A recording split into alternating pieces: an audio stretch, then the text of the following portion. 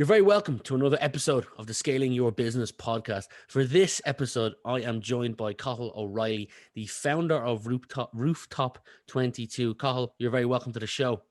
Thanks, Rian. Happy to be here. Chuffed to have you. You're probably the guest that's closest to the studio. I'm not in the studio at the moment. I'm in my apartment, which is also in Rooftop, but you're in the neighbouring village of Dunshaughlin. Is that the village that you grew up in?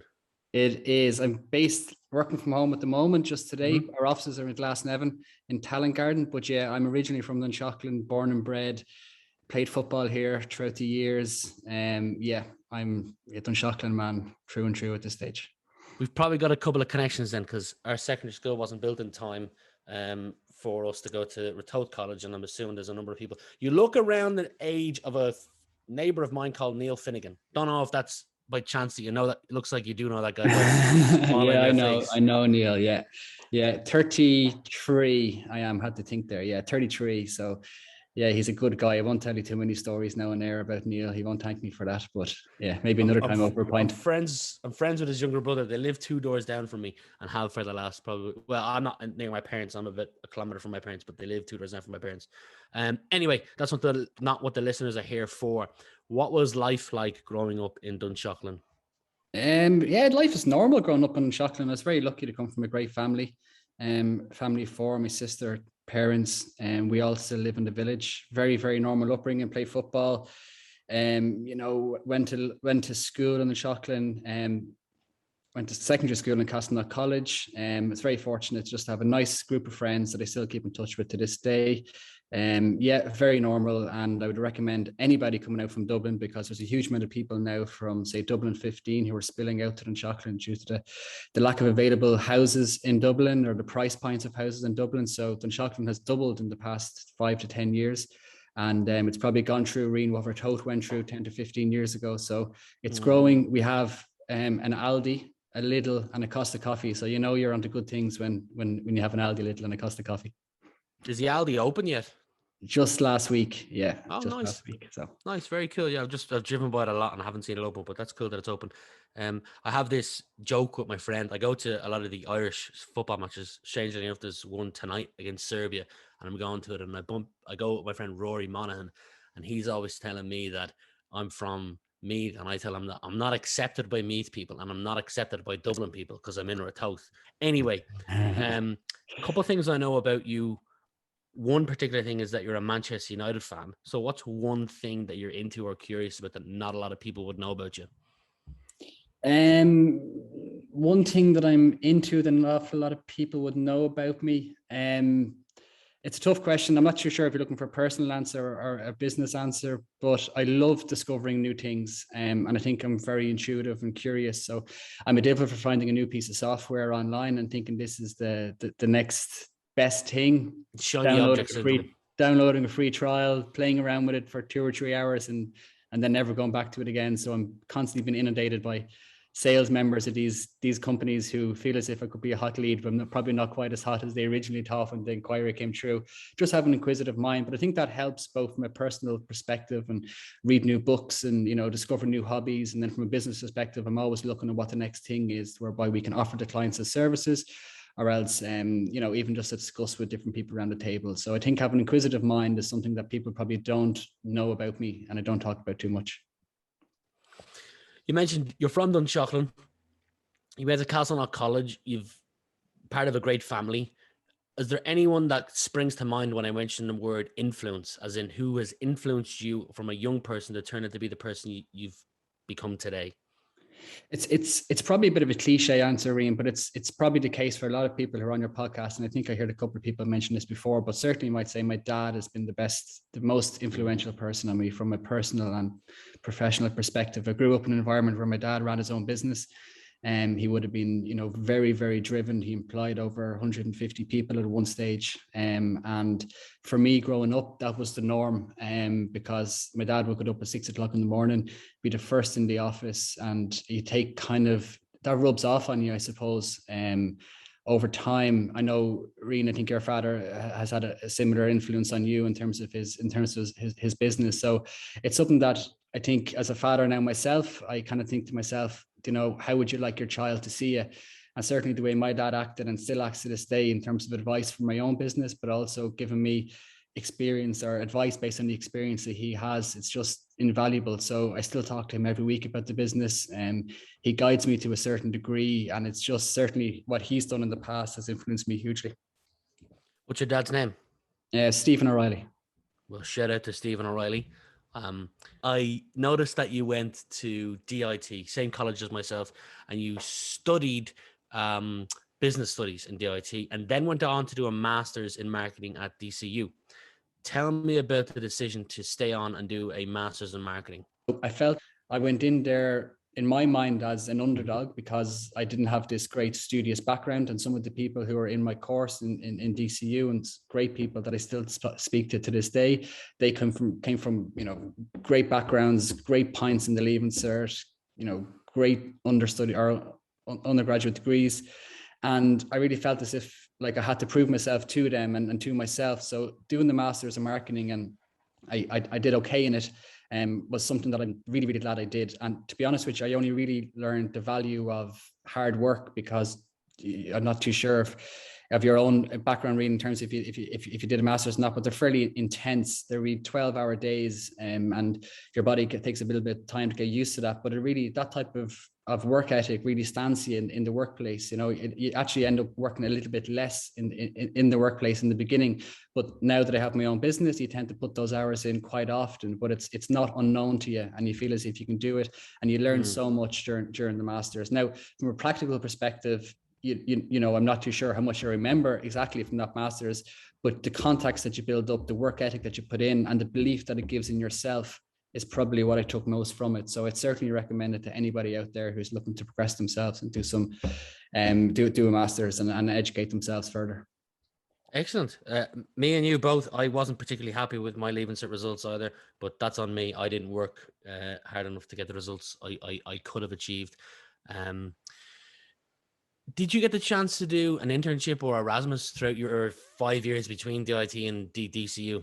No, I would have loved. I did 3 months in Chicago on a J1 is the closest I came to an Erasmus, and living abroad and experiencing the lifestyle that brings to a certain degree. And I remember coming home from that and being on the plane and saying, always travel. You loved it. You should do more of it. And I never quite did it really. Now I had great holidays, but I would have loved to have taken a year out. My course at the time didn't offer it, so I would have loved to do an Erasmus and to experience living abroad. Never quite happened for me, but I think it would have been fantastic. I asked for a reason, because I got the chance to do it and live in Angers in France for 6 months, and it added to me as a person. I came away with a number of lessons learned from that and gaining independence. So I'm curious to know, did the 3 months in Chicago add anything to your life? Did it give you a new perspective, a new appreciation? Any lessons learned? Did you manage to grow as a person?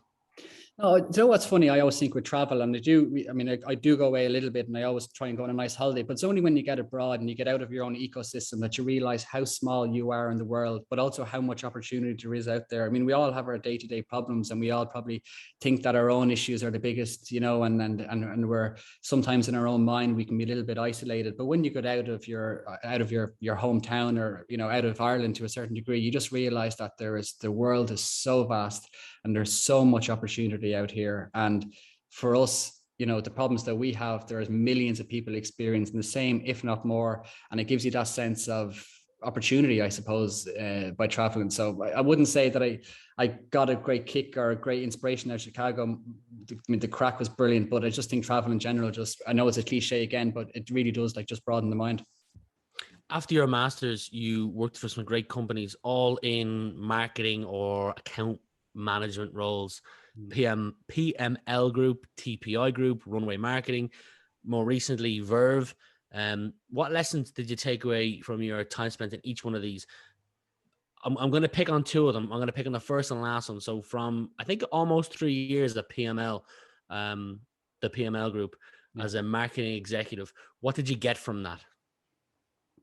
Even all three are so different, but PML in particular are, at the time, it was run by fantastic manager, owner, entrepreneur, Jimmy Cashin, who's since retired, but Jimmy had the best processes in place from a business that I've since yet to come across any company that's run as efficiently as PML, whereby they had this amazing management system that would spit out reports, schedules, and directly link into supplier client systems. And it meant that everybody was important in PML, but it wasn't training and bringing people in to do the job was made an awful lot easier because the systems were in place for that person to excel within their position. So that was my first job. And I kind of presumed that all companies were as efficient as PML. And there's nothing against the other two because they're both fantastic companies as well, and each with their own great traits. But PML, just from a systems and operations perspective, just had it nailed down to the point whereby there was very little room for error, due to the fact that the system would take care of an awful lot of the work and scheduling and so forth. So the way it was operationally run was just fantastic. Their client base was locked down. They weren't necessarily chasing new business on a weekly, monthly, yearly basis, maybe on a yearly, but certainly not on a weekly or monthly. They would be chasing business from within large accounts, which was another really, really strong strategic way of doing things, as opposed to other businesses such as ourselves and so forth, who were constantly chasing business. So learned a lot. So then your most recent role before you started your own business was with Verve, the live marketing agency. You got a promotion while you were there. What key lessons did you take from your time with that crowd?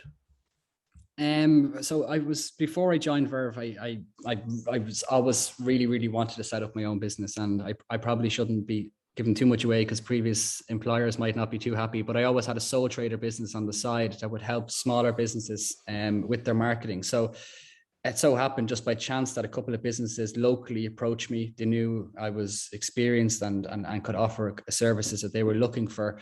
I took those clients on, and essentially I would work in my spare time at the weekends and after work on those accounts. It got to the stage whereby I really wanted to set up my own business and make this sole trader business a full-time business. But the way the Irish landscape is, I was 27, 28 years of age.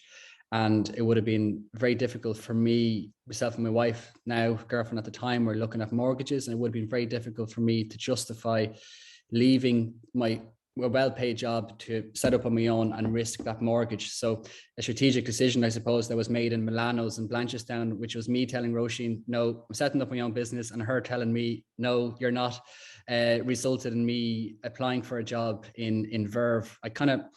Verve are the best at what they do in Dublin, or certainly one of the best. They've got some great clients, and I since found out since joining that the people in there and the owner is they're just really, really well run and really nice people. So when I joined Verve, I always had the business that I was going to set up in the back of my mind, although I didn't say that to them at interview stage. And I suppose I spent, I think 2.5 years in there potentially, learning as much as I could, how they operated, how the divisions within the business were set up. I used to really annoy the finance director in there, Barry Traynor, about forecasting and how long in advance does he have, forecasted income and so forward, and how does he manage payments and lead times for payments and all those kind of operational stuff that a lot of people probably don't ask when I was an account manager in there. So I got as much info and experience from Verve as I could. I mean,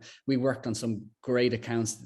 We were traveling to the UK during the Six Nations to do live streaming and managing social media campaigns, website campaigns, going down to Cork for the Guinness Cork Jazz Festival, working with some really, really top clients and enjoying it. Like, you'd walk in the morning, you'd go in at 8:30 in the morning, and you'd leave at 5:30, 6, but your day would be filled of fun stuff that you were working on. It was just the most incredible experience from that end. And the team, I was on a digital team and started off as a digital account manager and since got promoted to digital account director just before I left. But working with a great team and just really cool, chilled environment, which was new to me to a certain degree. And it was the employees were given every opportunity to excel and take the bull by the horn. So it was a tough decision to leave. If I didn't have this aspiring entrepreneurial set up my own business in my mind, I certainly would have stayed there for a lot longer. I think it was a great place to work.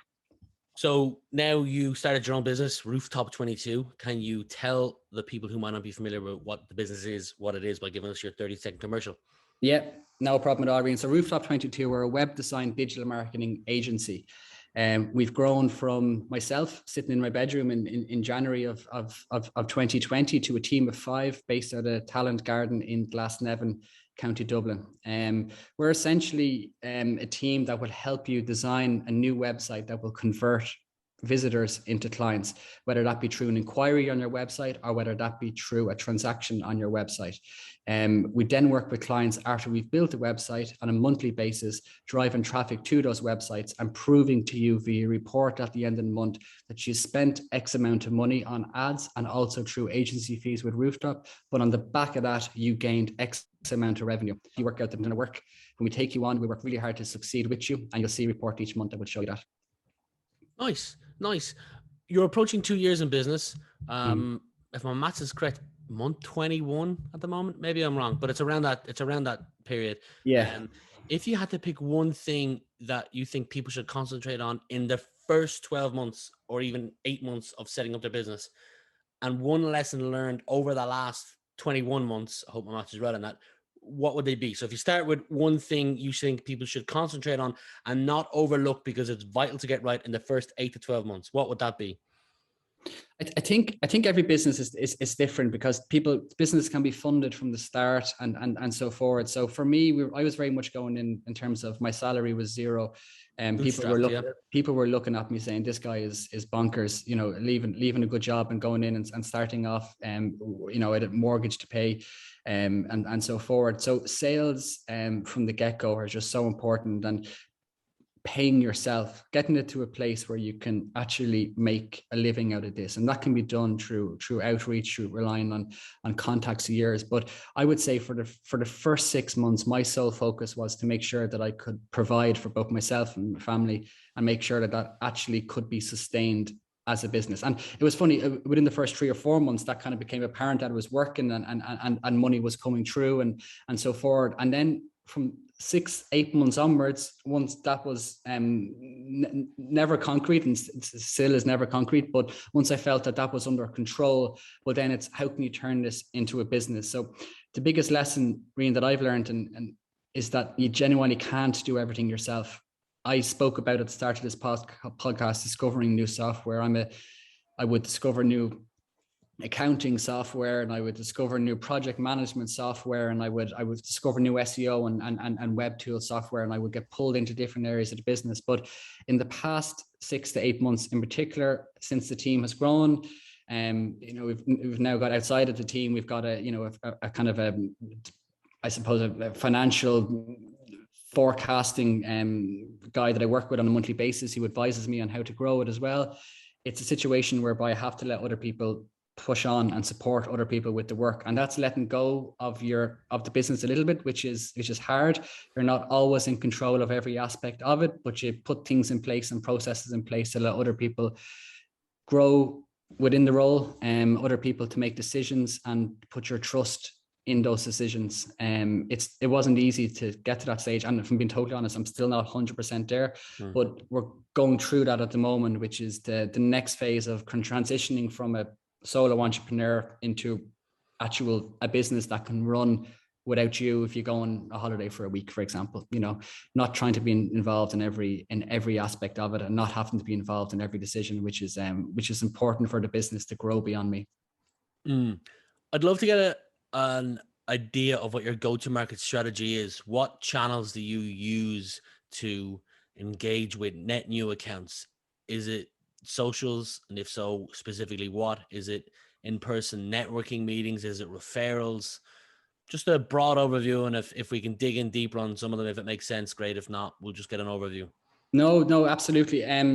So you might be surprised, and since January of 2020, and this is not a good thing, by the way, but we've actually never advertised as a business.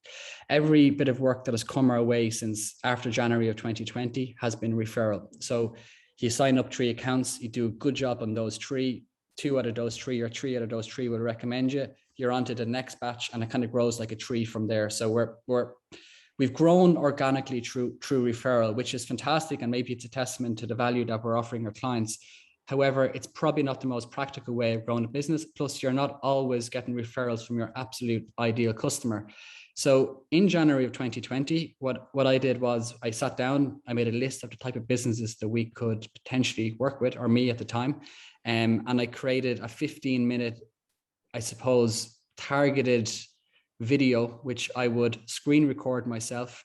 I would go on to their website, I would look at their digital marketing, and I would offer advice, value offer advice to those people on how they could improve their marketing. I wasn't necessarily asking them, telling them about our prices, telling them what we can do exactly for you each month. I was just saying, look, here's a few tips and tricks. If you like this video, brilliant. If you want to reach out and talk to us, even better. And that proved really successful, but that was quite time consuming, because by the time you identify a company, create that video, find the email address, send it off, and do a little bit of replying, it took up a lot of your day. Success was really strong from it. I've been guilty, Rian, since then of being involved in the work that have come our way. And now I'm actively trying to, make sure that work is managed correctly, make sure that each of the clients that we have are serviced correctly, that they're happy, which is paramount, but also giving me the time to improve our website, which maybe other marketing companies listening will laugh at, because a lot of them are the same. We haven't had much time to improve our own website. We're currently not running any social media ads ourselves. We're not doing any outreach on LinkedIn, and we're not doing any paid ads, and our SEO could do with a lot of improvement, which we're now in a situation whereby we could really benefit from our own services, but it's finding that time to put towards your own services that has proven difficult, but it is really, really important. So the next stage of our business really, and that's only in a meeting last week, for the next 3 months, we're really going to focus. And in 3 months' time, we want to have those processes in place that we're not being as reactive to the market and referrals, that we're proactive and we have a steady flow of inquiries coming through, the same service that we offer our clients, essentially. What you're telling me is that the majority of your clients to date have come from referrals, your net new accounts. My question is, are they coming from referrals that you've asked for at the end of an engagement? Or is it that, John from XYZ company is emailing you 4 weeks later saying, you dealt with my friend helping his website, can you help me? Exactly. The second one, again, we've talked about putting a referral strategy in place whereby we can offer discounts to clients based on referrals, and that's something that we'll certainly look at in the future. But everything so far has been, look, you've done a good job for me. I've mentioned your company to a friend of mine, a colleague, a previous colleague. And do you have availability to work with them? And then we get on a sales call and we pitch in our services from there. So we've been fortunate that the business has grown that way. So yeah, but the power of referral is huge in services game. And I think our industry, Rian, has a bit of a bad reputation potentially sometimes, whereby a lot of times where we talk to our clients, we'll get messages such as, oh, the previous guy who managed your website just didn't get back to us quick enough, or we just, maybe there was a malware on the website and it wasn't patched correctly. And, I think a lot of people have had bad experiences. I remember an old boss of mine, Colin Culleton, used to say to me that everybody has fallen out with their web developer. And that always stuck with me, even setting up this business. And I remember thinking to myself at the time that I really don't want to be the guy that people fall out with. So have a kind of a heavy heart, whereby if I feel as if maybe we haven't done as good a job as we could for a client, we'll always go the extra mile. And look, we've lost money on some jobs in order to create an experience and a product for a client that absolutely delivers for them. And I do feel that's hugely important, because as much as people will refer you, they'll also go the other way and say, that crowd really messed me around, so I would really hate for somebody to feel that way about the business. So I think the power of referral is huge, and if you can get a good reputation, then so be it. So 2 more questions for you, Carl. Second last question is around productivity. Time is vital to a lot of entrepreneurs. Is there any hacks that you've implemented to save you time? It could be as simple as writing down your to-do list the day before, so when you go to work that day, you've literally just got to do your to-do list, organize on priority. Yeah, I think time is, I agree with that, and getting through work that isn't in front of you. So quite often we're we're always responding to the email that came through, or we're firefighting the issue that's in front of us, but then you lose track of the overall kind of bigger picture. So I try and block out time for the week. I block out time for emails, and every morning I'll do a list before work.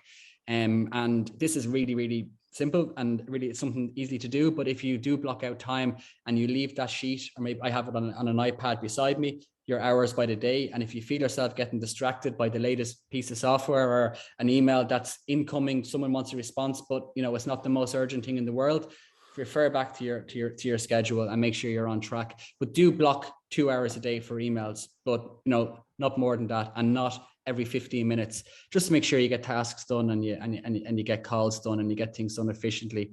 I like to do that at the start of the day, but I also, just for peace of mind, I like to make a list at the end of the day. A brain dump, it's called sometimes, whereby I feel as if things are spinning around in your head, did I forget this, or when is this due? You're not in a clear mind. So if you get everything out of your head onto whatever way you want to take notes, whether it's through digital or whether it's pen and paper, get it down there, get a day or a time assigned to it. You slowly make yourself feel better, and you can get on with your evening then, and hopefully forget about work, although that's sometimes easier said than done. So I don't know what you're like, Rian, but it's a struggle that I have with sometimes, but definitely the lists help. And dedicate no meetings on a Friday. So dedicate Friday for wrapping up anything in regards to financials, invoices, and long-term planning. So Friday is that day whereby you just have that little bit of headspace to, I don't know, grab a coffee down the village, sit in the coffee shop for half an hour and think differently than you would if you're in the middle of a busy day. Final question for you, Cottle, is if you had the final decision-making power to add any subject to the leaving cert or just secondary school curriculum, but it's going to be a mandatory subject, what would it be and why? I don't want to take from the guy who said this. You asked this question on a podcast that I listened to 6 weeks ago, Rian, and Kevin O'Loughlin was speaking, and you asked a question to him, and I remember thinking to myself in the car when I was listening to it, I'm not sure. I would think. What did he say? He said something about a session around your mental health, and I would echo that the brain is so important, and I feel as if that we don't spend enough time focusing on ourselves, our health, and the importance of that. And we're now I was very fortunate. I really believe this growing up, that I had a good childhood, and I touched on that before, but I wasn't living in the world of social media and all was on. And for people who are potentially having a tough time in school these days, to go back and they're on TikTok and Instagram and whatever other platforms that we don't know about, and it's always on, that to have one class a week or one class a month, whatever it might be, on your mind, and how can you control your mind and have a clear mind. I think that's hugely important. So I think that at the moment, the Leaving Cert is very much, well, when I was in school, was very much about retention of memory. You would cram before an exam, you would spit that out, and you would get whatever result you got based on your ability to remember what was going to be, what you'd written down and what was potentially going to be asked. So a bit more broader thinking, a little bit around maybe mental health, and communication skills as well, presentation skills, the ability to communicate with different types of people is hugely important in business as well. I think, Green, you might have touched on it there, but we've clients who just want direct answers, want quick responses. We've clients who want 15-minute chats at the start, at the end of a call. And, we've clients who don't want calls at all, just don't want to speak to us and just want the work to be done, and are happy to leave it in our hands. So the ability to communicate effectively with different types of people is hugely important. And how that can be taught in school and college, I'm not sure, but I know it isn't being taught. And I think more communication skills and presentation skills and networking events and things like that being put out of your comfort zone during school, so then that becomes the norm when you get into the working life, I think would really benefit people. So that's my 2 cents on it. Hopefully that's a good answer. I'm not sure if it is. No, it's a great answer. If anyone wants to learn more about what other countries have implemented in this area, I did a recording, and I'll leave a link to it below, with a guy called Christopher Shum from Motus Learning. Probably one of the 3 most intelligent people under the age of 25 that I've ever had the pleasure of chatting to. He's from Kilkenny. He's currently based in Cork. Wildly intelligent guy, and remarkable when it comes to helping people in the space that you just referenced. So I'll leave a link to that podcast below if anyone wants to listen to it, or just connect with Christopher on his LinkedIn. I think he has his podcast himself. It's called Motus Learning. I can't remember the exact name of the podcast, but you'll find it if you Google it. Anyway, look, Cole, I want to thank you for your time today. I wish you continued success. It's great to see that you've gone out by yourself, and I wish you nothing but the best going forward. And thanks for being my guest today. Cheers, Rian. I'll bump into you now in Aldi in the next couple of weeks.